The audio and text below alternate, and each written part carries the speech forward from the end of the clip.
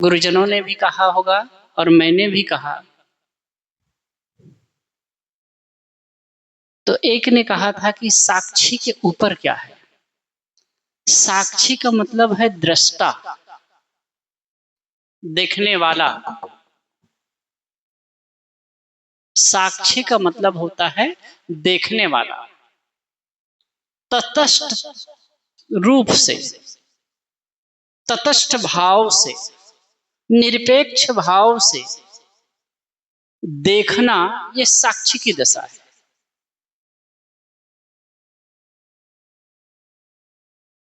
कहीं मिलना नहीं।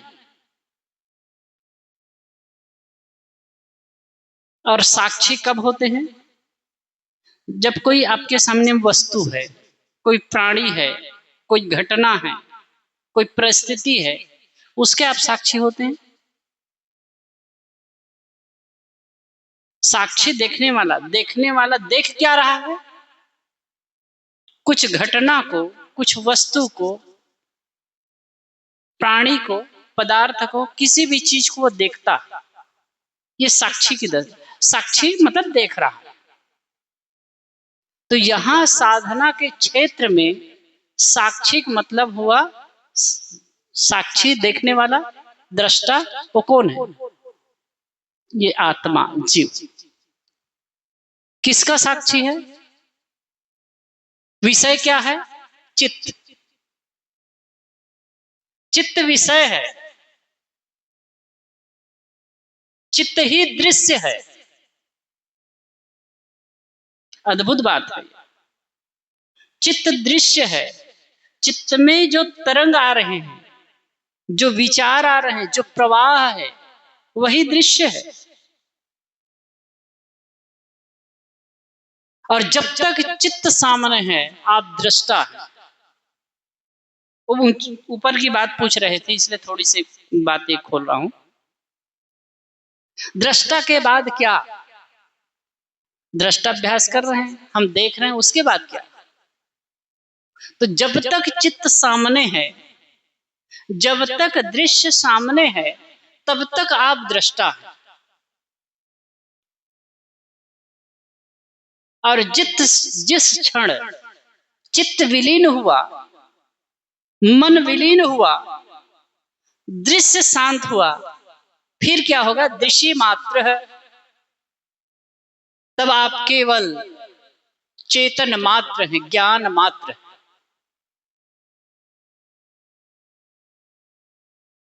जैसे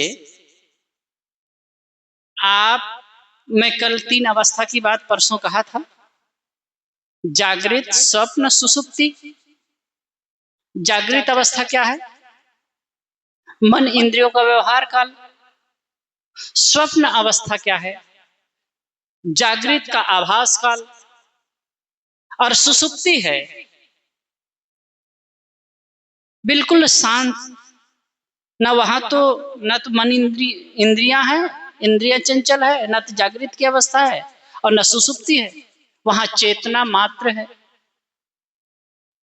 वहां दृश्य शांत है। लेकिन एक अवस्था जन्य, चित्त दृश्य सामने नहीं है, चित्त सुषुप्त अवस्था में।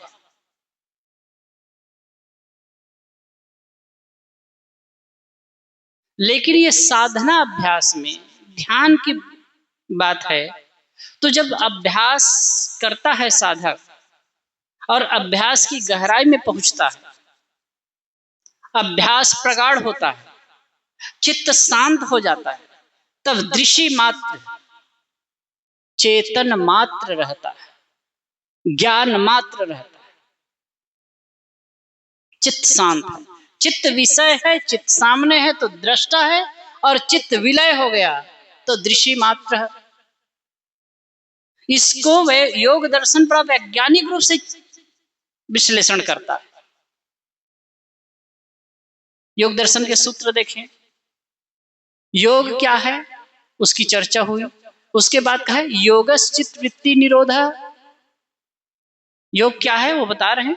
योगस चित्त वृत्ति निरोधा, चित्त वृत्तियों का निरोध हो जाना योग है।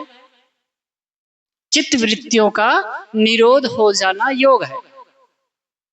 चित्त और चित्त की वृत्तियां मन को ही चित्त कहा गया है। जैसे कि मन में कुछ बात आई, हम कुछ याद आए किए, तो वो मन की वृत्तियां हो गई। तो इसका जब निरोध हो गया, बाहर की बातें भूल गई, मन शांत हो गया, तरंग रहित हो गया, विचारहीन अवस्था आ गई, तब क्या कहते हैं? तदा द्रष्टु स्वरूपे अवस्थानम, तब दृष्टा की अपने स्वरूप में स्थिति हो जाती है। दृष्टा चेतन जीव अपने आप में स्थित हो जाता है। जब दृश्य है तो दृष्टा है, जब भोग है तो भोक्ता है, और उससे ऊपर उठा दृश्य शांत है तो दृष्टा अपने आप में है। और वहां फिर कुछ पाना नहीं है, कुछ हासिल नहीं करना, कुछ काला पीला देखना नहीं, कुछ 4 हाथ वाला, 6 हाथ वाला, 8 हाथ वाला देखना नहीं है, कोई सौंदर्य को निहारना नहीं है। वहां तो सब कुछ समाप्त है, बस आप शांत गहरी स्थिति होती है। और जब ये स्थिति बनने लगती है तो कोई अभिप्सा, कोई चाहना होती ही नहीं। व्यवहार काल में, व्यवहारिक जगत में वो प्रवृत्त हो सकता है, लेकिन फिर भी उसकी वो भी प्रवृत्ति निवृत्ति के लिए ही होगी। गुरुदेव जी के पास में कभी बैठना होता था तो कभी कभी गुरुदेव जी कहते थे, मन को कुरेदना पड़ता है, मन को कुरेदना पड़ता है कि करो, मतलब व्यवहार के लिए मन को पुश करना पड़ता है, ढकेलना पड़ता है। इतना आसान, ये बहुत बड़ी बात है, बहुत बड़ी बात है। इस संदर्भ में मुझे वो बात याद आती है, महात्मा बुद्ध जब 6 वर्ष तक कठिन तपस्या किए, साधना किए, उसके बाद भी उनको शांति की प्राप्ति नहीं हुई, तो कठोर साधना को छोड़ करके मध्यम मार्ग अपनाए और उनको बुद्धत्व की प्राप्ति हुई, बुद्धत्व प्राप्त हुआ। चारों तरफ उनकी सुकीर्ति फैल गई, लोग उससे अपने यहाँ बुलाने लगे, अनेक रजवाड़े थे, राजा लोग थे, अपने राज्य में उनको आमंत्रित करने लगे, बहुत प्रसिद्धि हो गई। तो उसी में राजा शुद्धोधन बुद्ध का पिता उनको आमंत्रित करने के लिए दूत भेजा। कहा तो यह जाता है, जो भी दूत जाते उन्हीं के हो जाते, वापस नहीं आते, साधु हो जाते, भिक्षु हो जाते। अंततः एक विश्वास पात्र को भेजा गया, कहे भाई ठीक है, पता है तुम वापस नहीं आओगे, लेकिन समाचार देने के लिए तो आना, फिर चले ही जाना। फिर वो आकर के संदेश दिए, बुद्ध को संदेश दिए, और उसके बाद आकर के वह बात राजा शुद्धोधन को भी बताए। कुछ समय के पश्चात जब बुद्ध आते हैं, बात को मैं ज्यादा नहीं बढ़ाऊंगा, खास पॉइंट पर आऊं।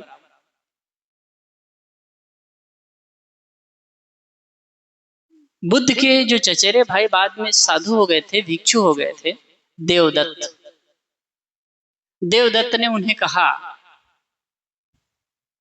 सिद्धार्थ तुमने कठिन साधना की, घोर तपस्या की, क्या पाया तुमने? ऐसे खड़ी भाषा में कहते हैं, क्या पाया तुमने? तो बुद्ध बिल्कुल शांत थे, कहे कुछ नहीं पाया, पाया था वो खो गया। क्या कहा? कुछ नहीं पाया, पाया था वह भी खो गया।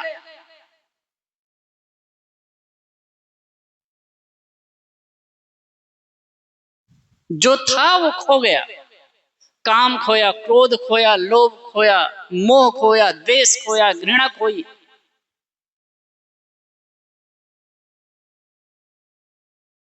पाने जैसा कुछ है ही नहीं।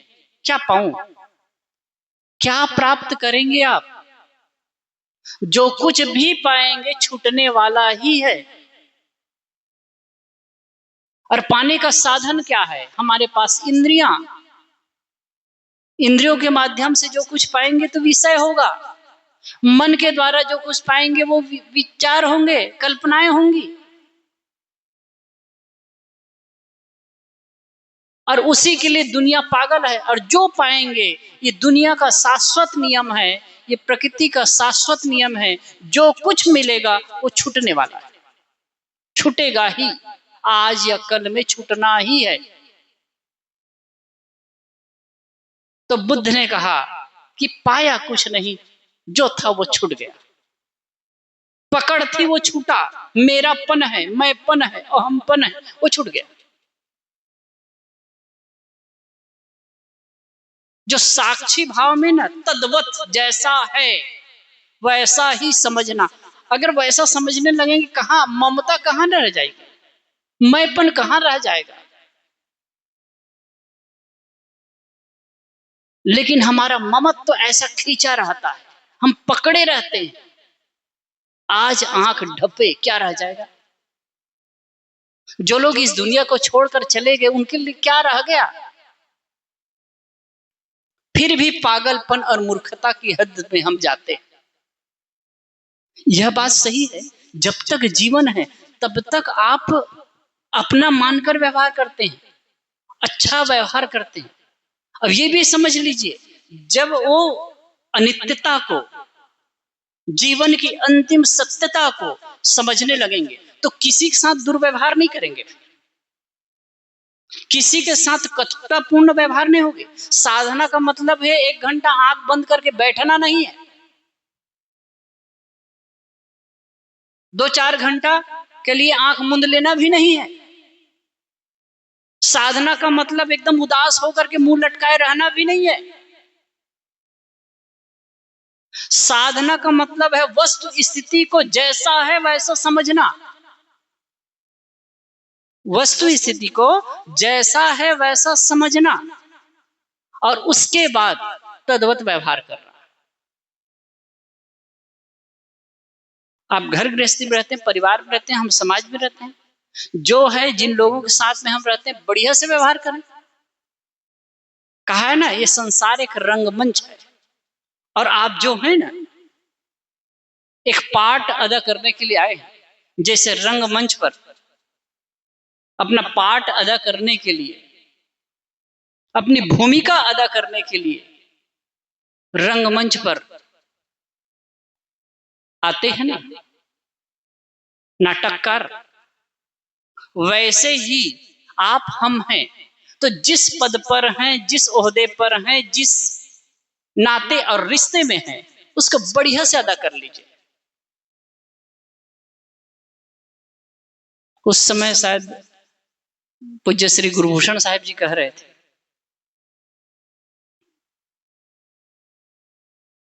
मृत्यु के समय अफसोस न हो, मृत्यु के समय अफसोस न हो, उसको भी जाने दीजिए। वर्तमान में अफसोस न हो, ध्यान है वर्तमान में जीना, वर्तमान में होश पूर्ण जी लो, बढ़िया से जी लो, 100% जियो। कल के भरोसे मत रहो, कल क्या होगा किसने देखा है।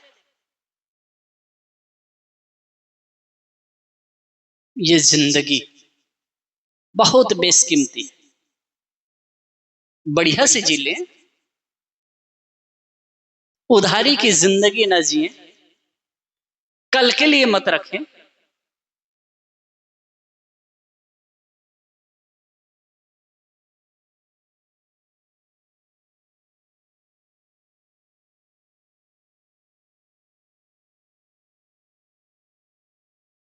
जैसा है वैसा देखना,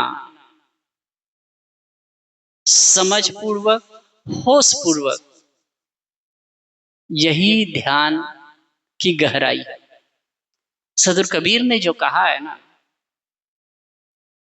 आंख न रूंधो, कान न रूंधो, काया कष्ट न धारो, खुले नयन हंसी हंसी पहचानो, सुंदर रूप निहारो, सबद निरंतर मनुआ लागा, मलिन वासना त्यागी, उठत बैठत कबहु न छूटे, ऐसी तारी लागी। कहें कबीर सहज यह रहनी, सो परगट कर गाई, सुख दुख से कोई परे परम पद, सो पद है सुखदाई। ये सहज समाधि की उच्चतम पराकाष्ठा कही है।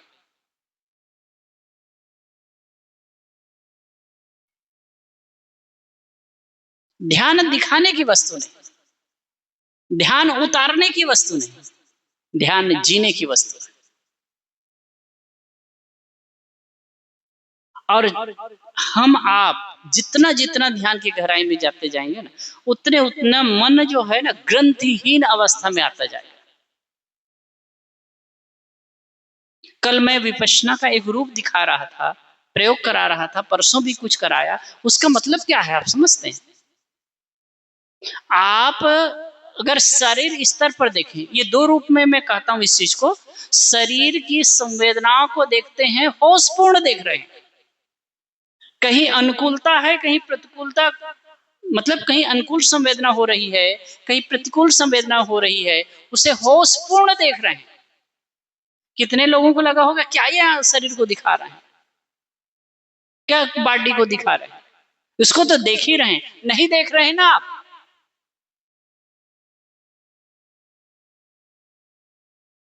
अगर हम देखने लगे होशपूर्ण, जैसे मेरे शरीर में संवेदना हो रही है, अनुकूल संवेदना हो रही है, प्रतिकूल संवेदना हो रही है, इसी प्रकार मेरे जीवन में भी, बाह्य जगत में भी अनुकूल और प्रतिकूल परिस्थिति आ रही है। जब मैं अपने शरीर की संवेदना के प्रति तटस्थ होने लगूं, तो बाहर की परिस्थिति भी मुझे प्रभावित न कर पाएंगे। मैं उतना आंदोलित नहीं होऊंगा जितना कि और लोग होते हैं। इसी को हम मानसिक जगत में लेते हैं, हम मनोदृष्टा का अभ्यास कर रहे हैं। तो मन में भी दो प्रकार के विचार आ रहे हैं ना, अनुकूल और प्रतिकूलता के विचार आ रहे हैं, अनुकूलता और प्रतिकूलता के विचार आ रहे हैं।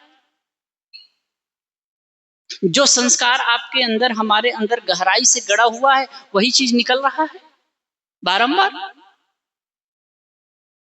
तो होता क्या है, हम अनुकूल विचारों में बहते हैं, प्रतिकूल विचारों में बहते हैं, रागात्मक विचारों में बहते हैं, द्वेषात्मक विचारों में बहते हैं, और ये बहना होता है उन विचारों को पुष्ट करना।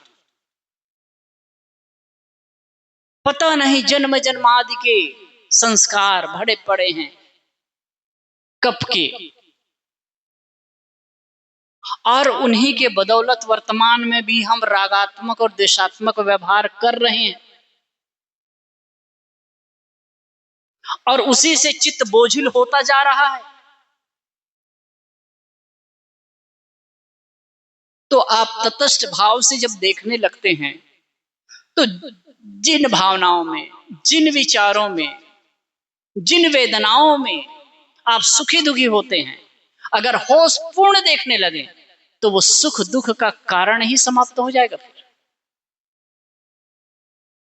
हंसी आने लगेगी, अरे इन्हीं बातों को लेकर के, इन्हीं विचारों को लेकर के मैं दुखी होता हूं, इन्हीं में उलझता हूं मैं। एक अलग स्थिति बनने लगी, देखने की स्थिति आ जाए, दृष्टापन सध जाए, साक्षी भाव जग जाए, उसी के लिए अभ्यास है।